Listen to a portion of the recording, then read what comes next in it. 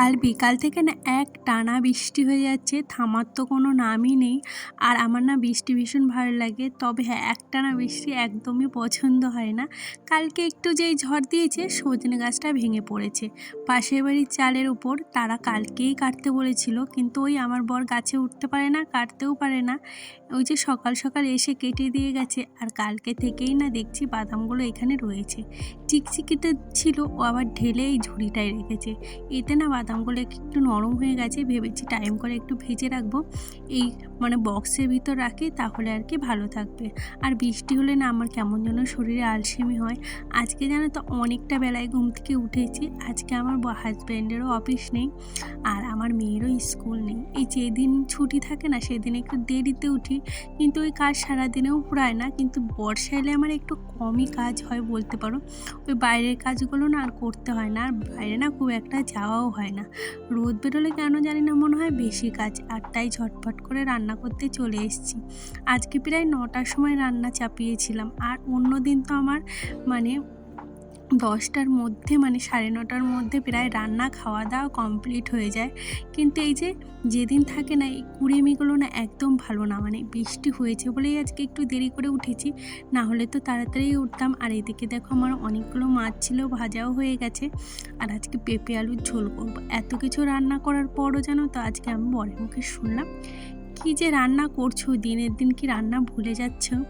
আজকে আমি একটু মন দিয়েই রান্না করছিলাম, ভেবেছিলাম দুদিন ধরে বলছে সেরকম একটা ভালো রান্না হচ্ছে না, কিন্তু ওই চেষ্টা করছিলাম। তার জন্য একটু পেঁপের তরকারিতে আজকে একটু লঙ্কা গুঁড়ি আর আদা বেটে দিয়েছিলাম। তা ওই আজকে শুনতে হয়েছে যে রান্না একদম ভালো হয়নি।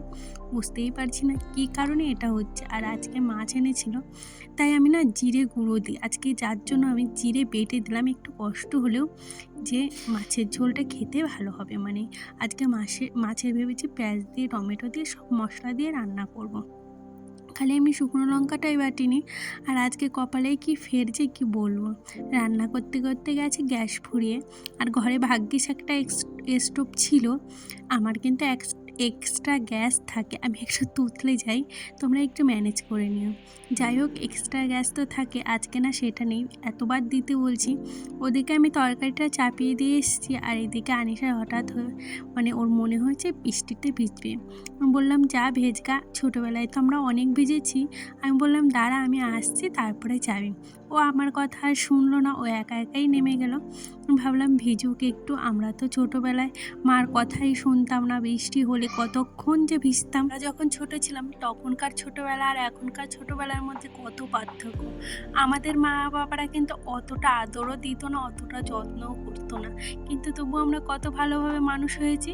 কিন্তু আজকাল বাচ্চাদের এত তোলা তোলা করে মানুষ করা হয়, তার সত্ত্বেও দেখো কত এটা ওটা লেগেই থাকে। এখন তো বাচ্চারা এত যত্ন হয়, এখন কিন্তু কারো আর ঘা প্যাচড়া হতে দেখা যায় না, কিন্তু আমাদের ছোটোবেলাতে কিন্তু অনেক ঘা প্যাচড়া হয়েছে।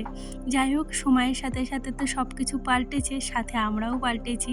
আসলে কি বলো তো, সময়ের পরিস্থিতির সাথে সাথেও আমরা যদি নিজেকে না বদলাতে পারি তাহলে কিন্তু যুগ কোনোদিনই এগোবে না। যাই হোক, বৃষ্টিতে ভিজে ভিজে সমস্ত কাজ করেছি, আর ঘরটাও মুছে নিয়েছি, তারপরে পুজো সেরে ফেলেছি। আজকে না একটাও ফুল পাইনি, জানি না এই বৃষ্টির মধ্যে কে ফুলগুলো ছিঁড়ে নিয়ে গেছিলো। আর মাঠে আজকে খেলা হবে কিনা সেটাই ভাবছিলাম আমি জানলার কাছে দাঁড়িয়ে দাঁড়িয়ে। কি বলো তো, অন্যদিন না এই টাইমে ফুটবল খেলা শুরু হয়ে যায়, 1 মাস আমাদের মাঠে খেলা হচ্ছে।